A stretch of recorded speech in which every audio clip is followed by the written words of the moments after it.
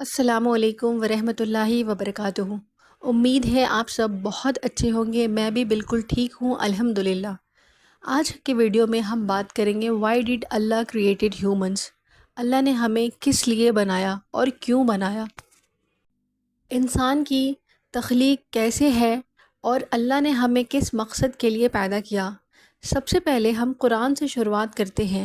اللہ تعالیٰ نے سورہ الحجر آیت نمبر 28 میں فرماتے ہیں، اور یاد کرو جب تمہارے رب نے فرشتوں سے کہا میں مٹی سے ایک بشر بنانے والا ہوں۔ اس آیت سے معلوم ہوتا ہے کہ اللہ پاک نے انسان کی ابتدا مٹی سے کی، پھر اللہ نے اس مٹی کو ایک خاص صورت دی، اس میں اپنی طرف سے روح پھونکی۔ یہ اللہ کی قدرت کا نظام تھا۔ ایک بے جان مٹی کا پتلا زندہ انسان بن گیا۔ سورہ السجدہ آیت نمبر 9 میں اللہ فرماتے ہیں، پھر اس میں اپنی روح پھونکی اور تمہیں سننے، دیکھنے اور سوچنے کی صلاحیت دی۔ دوستو، یہی وہی پہلے قدم تھا انسانیت کا۔ پھر حضرت آدم علیہ السلام کو اللہ نے سب فرشتوں کے سامنے عزت دی اور سب سے کہا کہ سجدہ کرو۔ سب نے سجدہ کیا سوائے ابلیس کے، اور یہیں سے شیطان کا دشمن بننا شروع ہوا۔ لیکن سوال یہ ہے، اللہ نے انسان کو کیوں پیدا کیا؟ کیا صرف دنیا میں آ کر رہنا اور مر جانا ہی ہمارا مقصد ہے؟ بالکل نہیں۔ قرآن میں سورہ الذاریات آیت نمبر 56 میں اللہ فرماتے ہیں، اور میں نے جن اور انس کو صرف اس لیے پیدا کیا کہ وہ میری عبادت کریں۔ تو ہمیں سمجھنا چاہیے کہ ہماری پیدائش کا اصل مقصد اللہ کی بندگی ہے۔ عبادت صرف نماز تک محدود نہیں ہے، بلکہ ہر وہ کام جو اللہ کی رضا کے لیے کیے جائے عبادت ہے، چاہے کسی بھوکے کو کھانا کھلا دینا یا کسی مظلوم کی مدد کرنا۔ انسان کا ایک اور مقصد ہے امتحان۔ دنیا ایک امتحان گاہ ہے۔ ہر مصیبت اور سکون، ہر واقعہ ایک ٹیسٹ ہے۔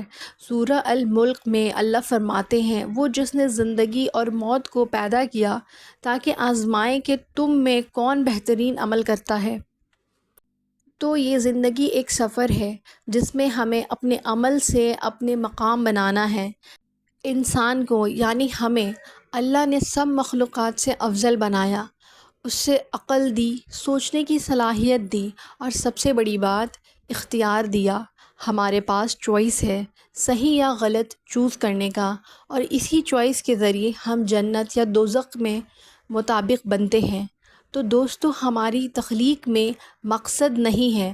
اللہ نے ہمیں بے پناہ نعمتوں کے ساتھ پیدا کیا، لیکن ہم سے ایک ذمہ داری بھی لی ہے۔ وہ ذمہ داری ہے اپنے رب کو پہچانو، اس کی عبادت کرو، اس کے بندوں سے محبت کرو، اور زندگی کو ایک امانت سمجھ کر گزارو۔ آج کا انسان یعنی ہم لوگ بھول گئے ہیں اپنے اصل مقصد۔ ہم صرف دنیا کے پیچھے بھاگ رہے ہیں، پیسہ، شہرت، مقام، لیکن اس رب کو بھول گئے جس نے سب کچھ دیا۔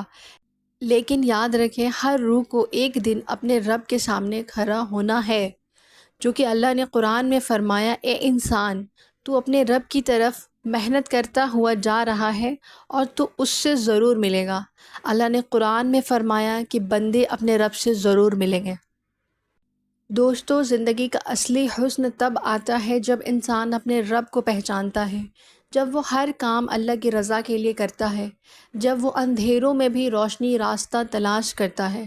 اللہ تعالیٰ ہم سے صرف اتنا چاہتے ہیں، اپنا راستہ چنو، صحیح یا غلط، اس کی طرف پلٹ آؤ، توبہ کرو، اپنی زندگی کو مقصد دو، صرف خدا کے لیے نہیں بلکہ دوسروں کے لیے بھی جیو۔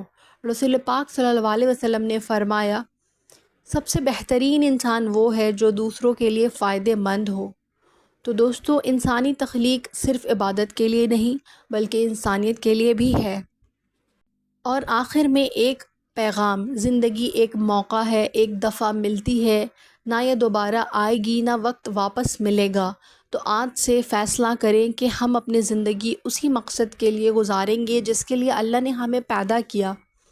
جہاں اللہ کا ذکر ہو وہاں دل کو سکون ملتی ہے، اور جب دل میں اللہ کا ڈر ہو تو زندگی میں راہیں آسان ہو جاتی ہیں۔ آج سے شروعات کریں، اپنے رب کو یاد کریں، اس کی عبادت میں خوشی محسوس کریں اور دنیا کو بہتر بنانے کی کوشش کریں۔ آج کی ویڈیو میں بس اتنا ہی. اپنا خیال کریں، اللہ سے لو لگائیں. جزاک اللہ خیر.